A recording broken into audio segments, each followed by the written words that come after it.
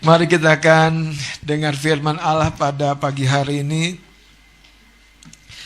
Satu hal yang penting dalam hidup kita, saudara, kita perlu belajar bersekutu dengan Tuhan. Bersekutu dengan Tuhan.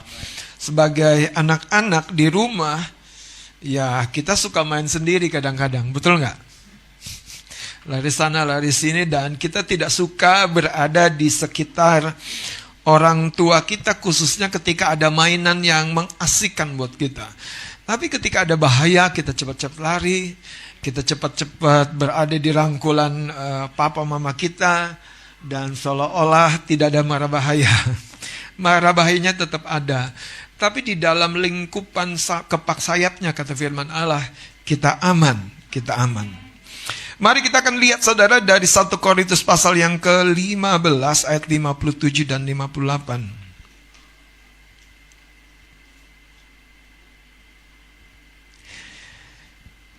Kita akan baca dua ayat ini. Mari kita bangkit bersama-sama. 1 Korintus ayat pasal 15 ayat 57 dan 58. Mari kita bangkit berdiri. Kita akan baca sama-sama 2-3.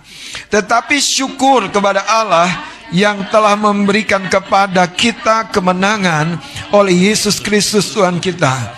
Karena itu, saudara-saudaraku yang kekasih, berdirilah teguh, jangan goyah, dan giatlah selalu dalam pekerjaan Tuhan, sebab kamu tahu bahwa dalam persekutuan dengan Tuhan, jerih payahmu tidak sia-sia.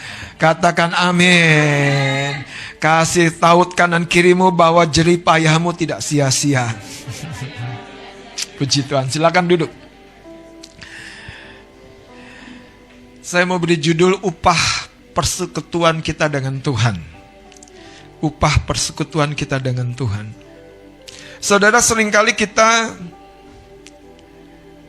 tidak memahami bahwa persekutuan kita dengan Tuhan itu menghasilkan sesuatu yang jauh melampaui apa yang dapat kita ukur dan kita hitung dengan pikiran manusia kita.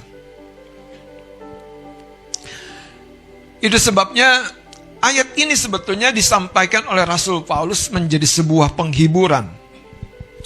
Tetapi di dalamnya juga ada sebuah janji yang besar. Bukan hanya menghibur dalam sebuah pengharapan yang sedang kita gumulkan, tapi justru Rasul Paulus ingin memberikan sebuah konfirmasi dari firman bahwa dalam jerih payahmu, jerih lelahmu, dalam bersekutu dengan Tuhan, itu tidak sia-sia, tidak kosong. Sekali lagi, dalam jerih payah kita bersekutu dengan Tuhan. Jadi untuk bersekutu dengan Tuhan, kita perlu sebuah upaya. Kita perlu sebuah kebangunan diri pada jiwa dan tubuh. Makanya Daud berkata, bangunlah hai jiwaku, bangunlah hai tubuhku, aku mau bermazmur. Aku mau membangunkan fajar, Mazmur 108 kalau tidak salah. Kita perlu berjerih lelah. Anda nggak bisa mengalami persekutuan dengan jemaat Tuhan kalau Anda hanya di lokasi Anda di rumah hari ini. Aku kan bisa bersekutu dengan online. Ya, tergantung ya. Ada yang bersekutu dengan online, saudara, bersekutunya dengan device Anda, alat Anda. Namanya bersekutu itu ada interaksi. Namanya bersekutu itu ada tegur sapa. Itu baru bersekutu. Namanya bersekutu itu ada take and give. Anda memberi penyembahan, Tuhan akan memberi sesuatu kepada kita. Anda membawa korban dengan percaya, korban yang Anda bawa kepada Tuhan tidak pernah akan lewat begitu saja. Tuhan itu maha menghitung, saudara. Nggak percaya? Alkitab yang bilang selembar rambut kita jatuh, dia ayat itu sudah menjelaskan gini. Dia tahu, dia menghitung, dia nomerin rambut kita, yang jatuh yang mana dia tahu. Itu makna ayat itu. Dia nomerin rambut kita. Haleluya.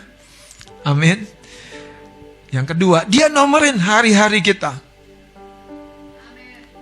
Dahsyat banget ya. Karena itu jangan pernah melihat satu hari sebagai sebuah kejadian yang akan membuat Anda tidak mengalami sebuah progres, sebuah kemajuan, sebuah kebaikan. Setiap hari itu dirancang seperti seorang membuat kue. Ada mungkin namanya baking soda, ada namanya mentega, ada namanya vanila.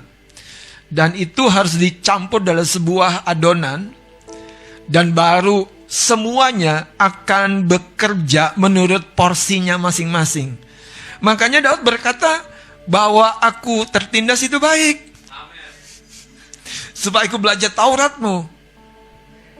Bahwa aku tertindas itu baik. Sebelum aku tertindas, aku menyimpang dari Tauratmu. Setelah aku tertindas, aku berjalan dalam kebenaran. Saudara, hari-hari yang dinomorin Tuhan itu, seperti tadi, elemen-elemen dalam membuat sebuah kue yang terbaik. Kue yang dihasilkan butuh sebuah warna.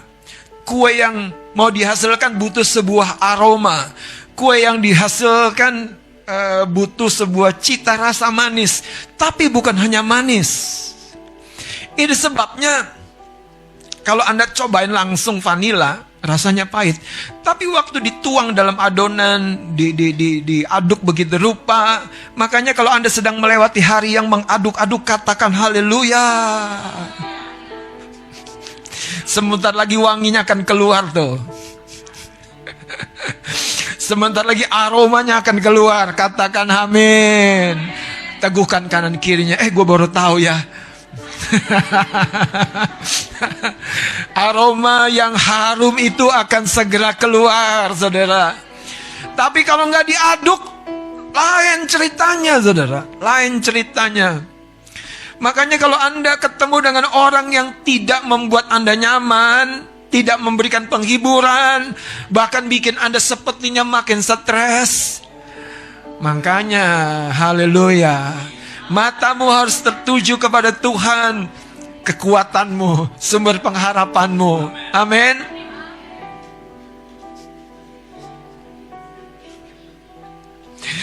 Ayat ini berkata begini, saudara. Tetapi syukur kepada Allah. Sekali lagi, ini bukan sekedar penghiburan, ini sebuah konfirmasi. Anda pernah beli tiket online? Untuk Anda masuk, Anda butuh konfirmasi. Nah, Paulus sedang memberi sebuah konfirmasi bahwa imanmu itu, kepercayaanmu kepada Tuhan Yesus Kristus itu memberi sebuah dampak yang besar, saudara. Cuman di ayat yang ke-58 dia memberikan sebuah clue bagian akhirnya. Jangan menjadi lemah. Jangan menjadi undur. Jangan menjadi kehilangan pengharapan. Sekalipun engkau sedang bertabah hati, bertabah hatilah dengan bersuka cita. Bertabah hatilah dengan berbagi berkat. Jangan bertabah hati makin mengurung diri. Haleluya. Oh begitu ya om rumusnya? Iya. Baca Yesaya 58. Kalau Anda berpuasa, yang engkau mau makan itu kasih orang lain. Pintu rumahmu jadi kunci, saudara. Supaya kalau ada orang numpang, oh monggo silakan masuk. Itu bicara apa sih? Kemurahan hati. Bicara kemurahan hati. Nah, ayat 57 ini berkata, tetapi syukur kepada Allah yang telah memberikan kepada kita. Jadi ada kemenangan yang telah menjadi milik kita. Yang telah memberikan kemenangan kepada kita. Siapa? Kita yang bersekutu dengan Tuhan. Kita yang bersekutu dengan Yesus Kristus telah menerima kemenangan yang telah diberikan, bukan kita perjuangkan. Kemenangannya diberikan. Yang dimaksud kemenangan itu apa? Ya, dalam kehidupan ini Anda mencapai hidup yang terbaik, hidup yang diberkati dan menjadi berkat, hidup yang sembuh dan membawa kesembuhan, hidup yang pulih dan menjadi orang yang membawa pemulihan, saudara. Menurut saya, saudara, dua ayat ini besar sekali pesannya. Karena di dalamnya nanti kita akan lihat rahasianya adalah ketika kita lebih dalam lagi bersekutu dengan Dia. Karena itu ada upah di dalam persekutuan kita dengan Tuhan. Paulus yang menulis surat Korintus ini berkata, yang telah memberikan kepada kita kemenangan oleh Yesus Kristus Tuhan kita. Karena itu, makanya saudara lihat, karena itu, saudara-saudaraku yang kekasih, apa? Berdirilah teguh. Coba lihat ayat ini. Karena itu saudara-saudaraku yang kekasih, berdirilah teguh. Stand strong. Apa sih maksud ayat ini? Karena ada tekanan yang akan datang. Ada masalah yang akan datang. Ada kekecewaan yang akan mengejarmu.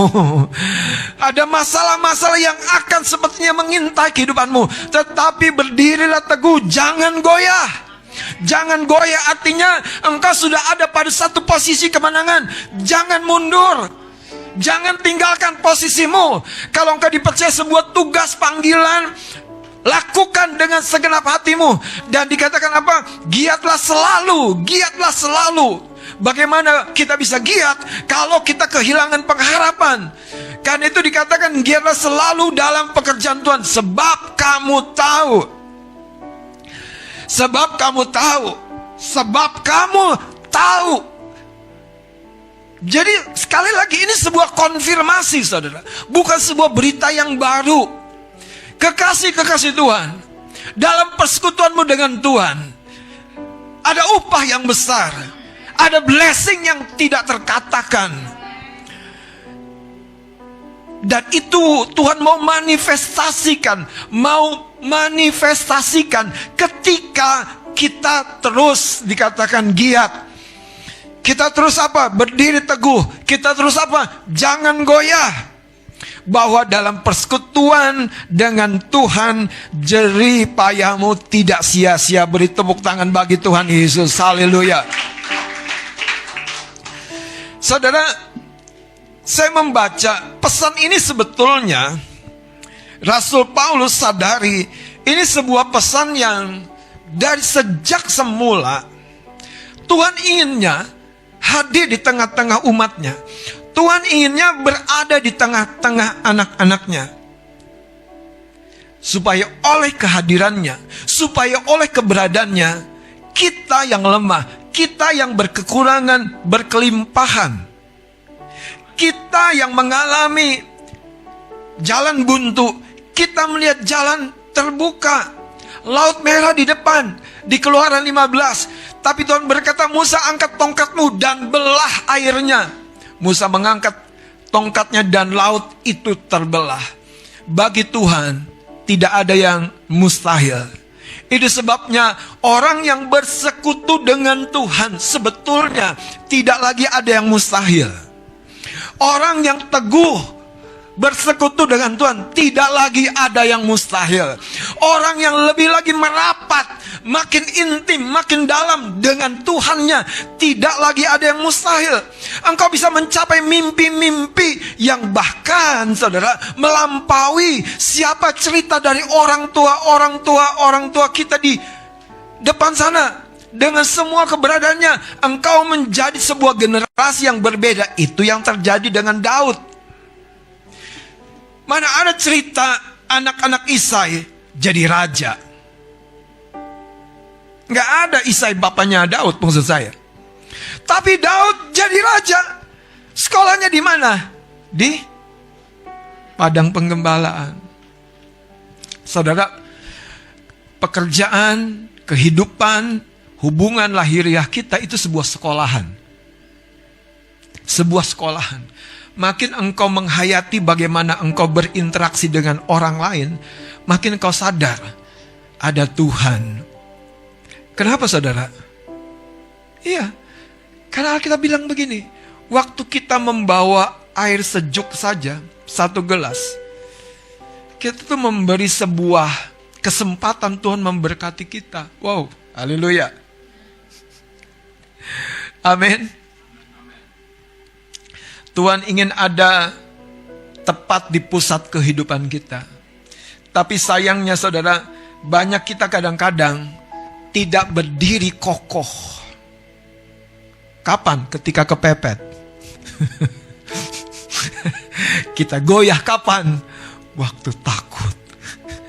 Kita mulai meninggalkan tempat kita waktu kebingungan. Ayatnya makin benar ya. Makanya nasihat bilang, berdirilah teguh, jangan goyah, terus giat, jangan kendor. Anda tahu yang namanya kendor?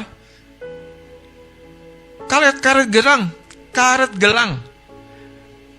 Kalau udah kendor bisa dipakai nggak? Karet gelang aja kalau udah kendor nggak bisa dipakai. Hidup kita kalau sudah kendor, saudara, itu bahaya. Kita kehilangan keefektifan hidup kita. Giat itu bukan semangat, saudara. Giat itu campuran semangat, antusias, siap sedia, responsif. Haleluya. Haleluya. Mari kita ngelihat, saudara, sebuah cerita yang menarik dari kisah. Tuhan memerintahkan untuk Musa membangun kemah tabernakel. Kemah itu tabernakel. Tapi kadang-kadang orang suka bilang kemah tabernakel, padahal tabernakel itu maknanya kemah. Kemah suci. Lihat Keluaran 25 ayat 8 sampai 9. Keluaran 25 ayat 8 sampai 9. Dan mereka harus membuat tempat kudus bagiku. Sudah ketemu? Haleluya, mari kita bangkit berdiri. Keluaran 25 ayat 8 dan 9. Saudara, kalau kita lagi baca ayat, kita lagi makan. Jangan sampai masuk ke hidung. Jadi harus, benar gak yang Pak Pendeta bilang ya? Maksudnya fokus. Amin. Haleluya. Keluaran 25 ayat 8-9 kita baca sama-sama 2-3. Dan mereka harus membuat tempat kudus bagiku supaya aku diam di tengah-tengah mereka. Berhenti dulu. Jadi tempat kudus itu sebuah syarat. Tuhan tidak tiba-tiba hadir di tengah-tengah umatnya. Tuhan butuh sebuah fasilitas.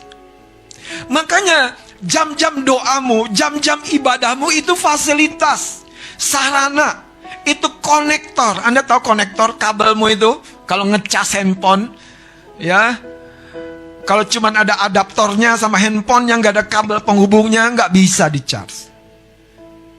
Anda punya nama siapa? Yosepin, siapa namanya? Pokoknya Yohanes lah, Petrus lah. Tapi nggak ada jam doanya. Nggak pernah terhubung, saudara, dengan sang pemberi nama itu. Haleluya. Lihat ayat 9. Dan mereka harus membuat tempat kudus bagiku. Supaya apa?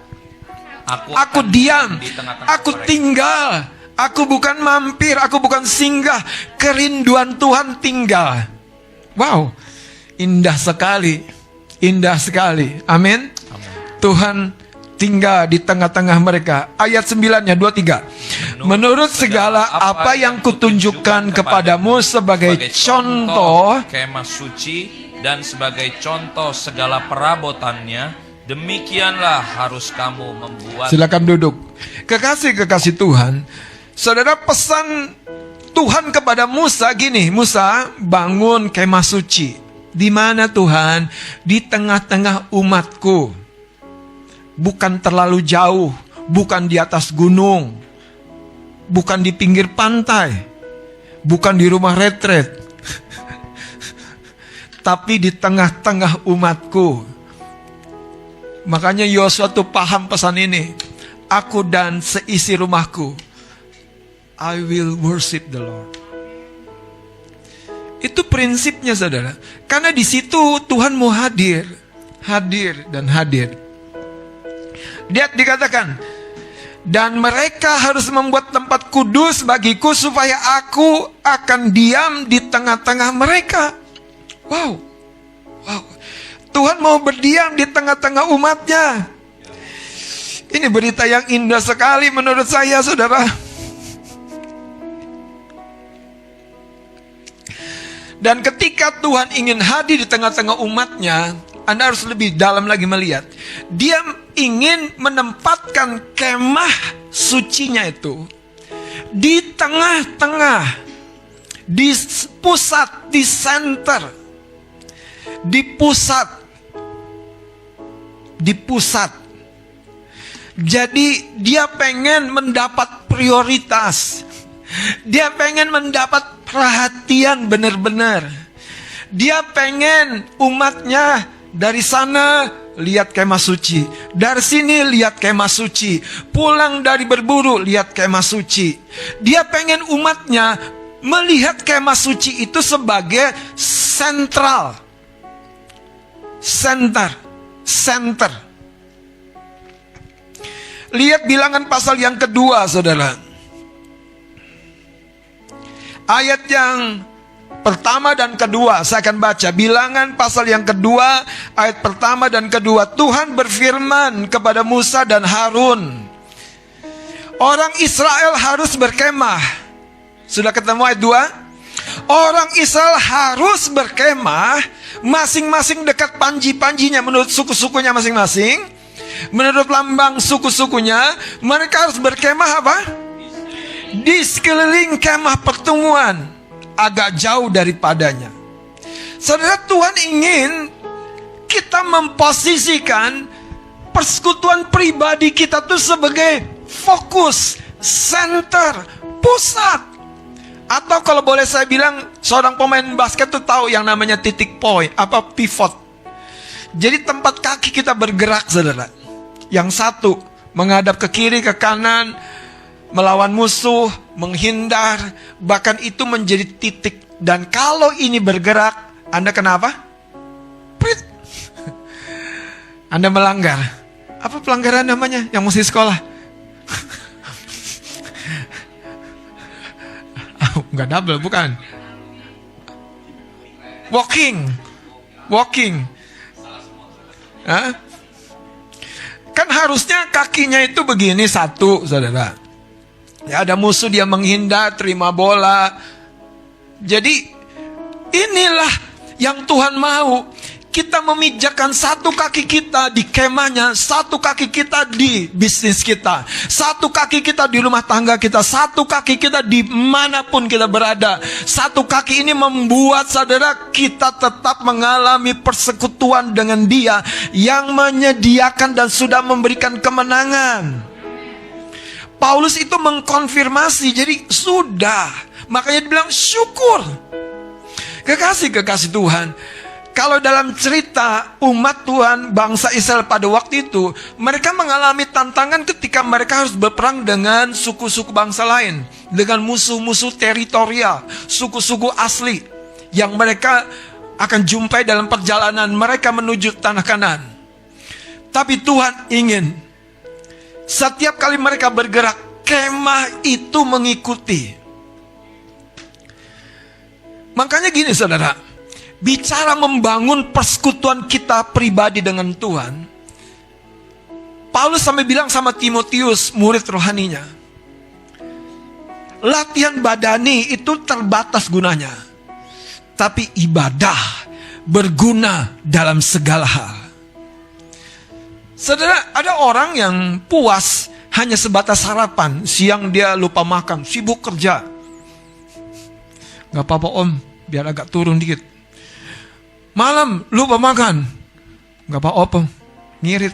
Wah, agak turun ngirit, hebat sekali saudara. Ya kan? Gak apa-apa om. Terus besoknya ke rumah sakit, bayar lebih mahal. Maunya ngirit, jadi habis-habisan. Dan sudah di rumah sakit, yang gak mau, yang biasanya kita tolak, harus terpaksa kita telan. Harus terpaksa kita telan. Karena kita udah gak punya pilihan. Masalah kita seringkali, saudara, tanpa kita sadari, kita tuh melemahkan tadi satu pijakan yang justru harusnya tidak boleh bergeser. Dan ini yang setan selalu incar, saudara. Setinggi apapun pelayanan kita, Kalau persekutuan pribadi kita rapuh, kalau persekutuan pribadi kita yang adalah fondasi kita rapuh, tinggal tunggu waktu. Beban itu akan tadi menghancurkan kita, melemahkan kita, menggoyahkan kita. Kenapa persekutuan pribadi dasar? Karena persekutuan pribadi itu yang membuat kita mengakses kesegaran baru, kekuatan baru, hikmat baru, jalan keluar baru. Persekutuan kita dengan Tuhan itu yang membuat kita sepertinya nggak ada matinya, nggak ada habisnya, nggak ada putus asanya, nggak ada sedihnya. Pelanggan datang nggak datang, selalu ada berkat Tuhan. Cara Tuhan tuh ajaib. Sewa ada apa enggak, ada aja yang booking mobil. Kalau Anda driver angkot. Tuhan punya cara terlalu tinggi, saudara. Ada undangan atau tidak ada undangan khotbah, ada transferan. Makanya kalau ingat itu berkat itu lucu. Istri saya diundang khotbah, pelayanannya batal. Persekutuan 2 di pabrik yang mengundang itu nggak jadi dong khotbah. Tapi pemimpin atau bosnya itu bilang, tolong persembahannya tetap ditransfer. Bayangkanlah, pasti Ibu Foni sudah menolak undangan lain. Padahal nggak ada yang ngundang juga sih. Jadi kita nggak berangkat pelayanan, kita diundang, undangannya batal, berkatnya nggak batal. Haleluya. Ada amin. Kenapa kita hanya berpikir terlalu logis? Anda percaya nggak sih ada orang yang nggak ngirim lamaran tapi dilamar?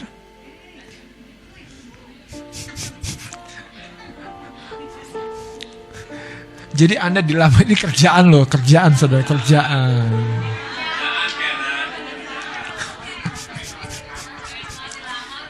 Aduh. Ini kerjaan. Bahkan bukan hanya dilamar, dikejar-kejar. Sampai jadi.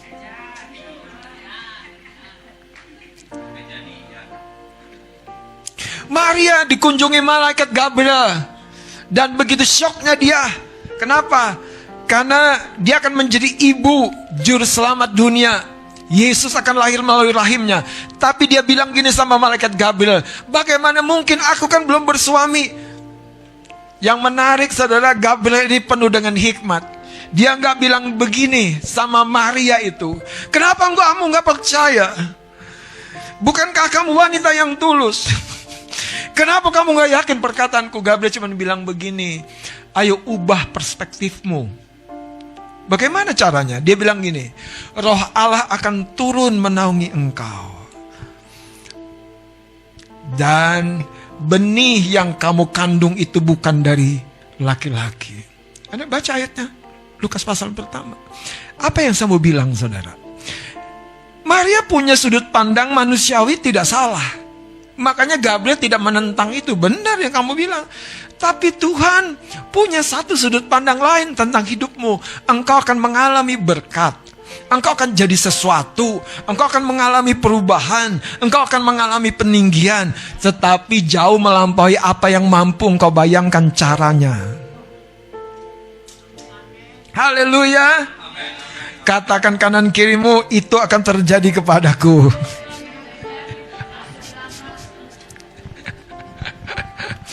Haleluya. Nah, Anda paham betapa berdampaknya kehadiran Tuhan di tengah-tengah umatnya. Dan Tuhan ingin membuat kehadirannya itu menghasilkan lebih banyak dan lebih banyak dan lebih banyak lagi. Perubahan, kemajuan, kemenangan. Saudara akan mengalami sebuah persekutuan di mana Tuhan ada di tengah-tengah manusia. Ini Tuhan loh. Tuhan berjalan dalam kehidupan manusia. Tapi itu terjadi waktu kita membangun sebuah persekutuan yang lebih dalam dan lebih erat lagi dengan Dia. Lihat saudara, sekarang dalam kitab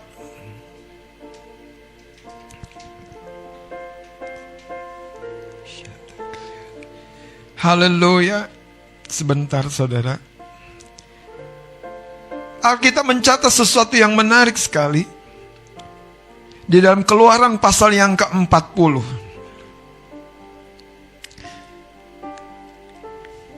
Ketika Tuhan hadir, Dia bukan Tuhan yang pelengak-pelengok, tidak membela, tidak membimbing, tidak menuntun. Dia Tuhan yang interaktif. Dia tidak mungkin saudara membiarkan engkau sementara engkau hampir aja tergeletak. Dia akan menolong engkau. Dia akan membela. Keluaran pasal 40. Lihat saudara ayat yang ke-34. Lalu awan itu menutupi kemah pertemuan dan kemuliaan Tuhan memenuhi kemah suci. Sehingga Musa tidak dapat memasuki kemah pertemuan sebab awan itu hinggap di atas kemah itu dan kemuliaan Tuhan memenuhi kemah suci. Saudara, ada kemuliaan Tuhan yang turun di tengah-tengah kemah. Ini ketika Musa membangun kemah itu menurut pola yang Tuhan sampaikan. Sekarang mari kita lihat saudara, sungguh Tuhan tuh ingin hadir. Dalam kitab Wahyu pasal yang ke-21, dari sejak Tuhan mengeluarkan umatnya dari Mesir, perjalanan menuju tanah Kanaan sampai di negeri perjanjian, itu bicara kebaikan yang kita akan alami. Sampai kedatangannya kali yang kedua, sampai kekekalan, Dia mau ada bersekutu dengan kita. Wahyu pasal yang ke-21 saudara. Ayat yang pertama saya akan baca dengan cepat. Lalu aku melihat langit yang baru dan bumi yang baru. Sebab langit yang pertama dan bumi yang pertama telah berlalu dan laut pun tidak ada lagi. Dan aku melihat kota yang kudus Yerusalem yang baru turun dari sorga, dari Allah yang berhias bagaikan pengantin perempuan yang berdandan untuk suaminya. Lalu aku mendengar suara yang nyaring dari tahta itu berkata, lihatlah, kemah Allah ada di tengah-tengah manusia. Kembali lagi, kemah bicara persekutuan kita dengan Dia. Makanya kemah suci itu nama lainnya adalah kemah pertemuan, kemah persekutuan. Dikatakan, lihatlah kemah Allah ada di tengah-tengah manusia, dan Ia akan diam bersama-sama dengan mereka. Mereka akan menjadi umatnya dan Ia akan menjadi Allah mereka. Saudara, inilah yang Tuhan mau kerjakan di dalam kehidupan kita. Ketika kita mengenal Dia dan mengalami Dia. Ini sebabnya fokus kekristenan kita itu bukan sekedar datang hari Minggu dan pulang tetap sama saja. Kita perlu datang mempersiapkan persekutuan kita dengan Dia di ibadah seperti ini. Kita perlu bangun pagi dan mempersiapkan mesbah doa kita dengan baik pagi-pagi. Salah seorang coba lihat Mazmur pasal yang ke-5. Mazmur pasal yang ke-5. Saudara lihat bagaimana ungkapan Daud.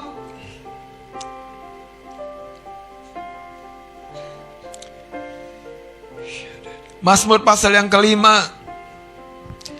Ketika dia berdoa pada pagi hari, dia mempersiapkan doanya, penyembahannya, bahkan dia menunggu-nunggu. Mazmur pasal yang ke-5, salah seorang baca ayat yang pertama sampai ayat yang ketiga. Mazmur pasal yang ke-5 ayat yang pertama sampai yang ketiga. Ya. Untuk pemimpin biduan dengan permainan suling Mazmur Daud. Berilah telinga kepada perkataanku ya Tuhan, indahkanlah keluh kesahku. Perhatikanlah teriakku, minta tolong, ya Rajaku dan Allahku, sebab kepadamulah aku berdoa. Ya. Tuhan, pada waktu pagi, Engkau mendengar seruanku. Engkau mendengar. Jadi ada sebuah respon dari Tuhan. Terus, pada waktu pagi aku mengatur persembahan bagimu. kata mengatur ini Ini saudara yang kadang-kadang lewat dari kehidupan kita. Kita perlu mengelola, mengatur, mempersiapkan apa yang kita mau bawa, pujian penyembahan, korban materi. Kita perlu mempersiapkannya supaya waktu kita membawanya, Tuhan merespon dengan cara yang luar biasa. Terus baca ayat 3-nya. Aku persembahan bagimu, dan aku menunggu-nunggu, sebab engkau bukanlah Allah yang berkenan kepada kefasikan. Ya, kita lompat saja ayat yang ke-7. Ayat yang ke-7, engkau membinasakan orang-orang yang berkata bohong. Tuhan jijik melihat penumpah darah dan penipu. Tetapi aku, berkat kasih setiamu yang besar, aku akan masuk ke dalam rumahmu, sujud menyembah ke arah baitmu yang kudus. Ini merupakan doa Daud yang luar biasa menurut saya, saudara. Tapi diakhiri dengan sebuah statement. Lihat ayat 11-nya. Tetapi semua orang yang berlindung padamu akan bersukacita. Jadi semua orang yang meluangkan waktu bersekutu, membangun persekutuannya dengan Tuhan, menjagai jam doanya, jam ibadahnya, mereka akan bersukacita, mereka akan bersorak-sorai selama-lamanya. Terus mereka akan bersorak-sorai selama-lamanya karena engkau menaungi mereka. Amin. Dan terus, karena engkau akan bersukaria orang-orang yang mengasihi namamu. Ayat 12. Sebab engkaulah yang memberkati orang benar, ya jadi, Tuhan. Jadi dikatakan Tuhan mau memberkati. Tapi di sanalah Tuhan mencari sebuah kemah. Kemah ini bicara tadi kita membangunnya. Membangun persekutuan kita dengan Tuhan. Membangun ibadah kita. Membangun jam doa kita. Membangunnya. Kata membangunnya itu artinya bukan asalan. Kata membangunnya itu artinya mempersiapkan materialnya dan menyusunnya. Berapa pujian Anda naikkan ketika pagi? Mazmur seperti apa yang Anda naikkan? Mazmur syukur, mazmur kesedihan, mazmur keluhan, mazmur pengagungan, mazmur pengakuan iman. Mazmur seperti apa? Karena disitulah dia bersekutu dengan umatnya. Itulah kemah, itulah yang dimaksud kemah, dia ada. Ayat 12 ini dikatakan, engkau memagari dia dengan anugerahmu seperti perisai. Saudara, Tuhan mau bersekutu dengan anak-anaknya dan mengadakan perkara-perkara yang besar sebagai sebuah upah. Anda tahu upah? Makanya kadangkala saudara kita lupa. Waktu kita berjerih payah membangun persekutuan kita, waktu kita berjerih payah beribadah, ada upah. Ada upah. Ada upah. Saudara, kita akan mengalami sebuah dampak yang besar ketika kita tahu rahasia ini. Kenapa saudara? Karena dia memberi keluasan kepada anak-anaknya untuk mengalami kemurahan dan kasih sayangnya yang dia mau nyatakan sebagai upah kepada kita. Ketika kita membangun kemah, membangun persekutuan kita dengan Tuhan. Buka Ibrani pasal yang keempat, ayat yang ke-16. Itu sebabnya Alkitab mendorong kita, sebab itu marilah kita dengan penuh keberanian menghampiri tahta kasih karunia, supaya kita menerima rahmat dan menemukan kasih karunia. Untuk apa? Jadi engkau dan saya akan selalu punya bekal yang namanya persediaan pertolongan, persediaan kasih karunia, kemampuan ilahi, kesegaran baru. Engkau akan punya persediaan yang namanya rahmat, kemurahan Tuhan, yang namanya Anda dibayain Tuhan. Ngerti gak sih namanya dibayain? Anda kerja nih, terus bos Anda nanya, gimana? Kurang gak? Terus enggak, makasih Pak, makasih, cukup.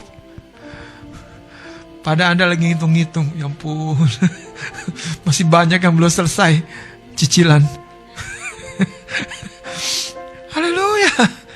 Saudara, Anda dibayain Tuhan. Maka dibilang waktu kita bersekutu dengan dia, dia memberkati kita dengan kebaikannya. Nah, lihat ayat 16 ini. Sebab itu marilah kita dengan penuh keberanian menghampiri tata kasih karunia, supaya kita menerima rahmat dan menemukan kasih karunia untuk mendapat pertolongan kita pada waktu di mana kita membutuhkan. Jangan biarkan hidup ini, saudara, lalu lewat begitu saja. Sempatkan, bangun kemah, luangkan waktu bersekutu dengan Tuhan. Maka engkau tidak pernah akan menjadi manusia yang sendiri dan ditinggalkan. Wong Tuhan berjalan bersama denganmu. Wong Tuhan berjalan beriringan denganmu. Ayat ini berkata dengan darah Yesus kita mengalami satu persekutuan yang di dalam kemahnya. Di dalam kemahnya, bukan di luar. Di dalam artinya di mana dia ada, dia tinggal, dia bersemayam. Mari kita bangkit berdiri.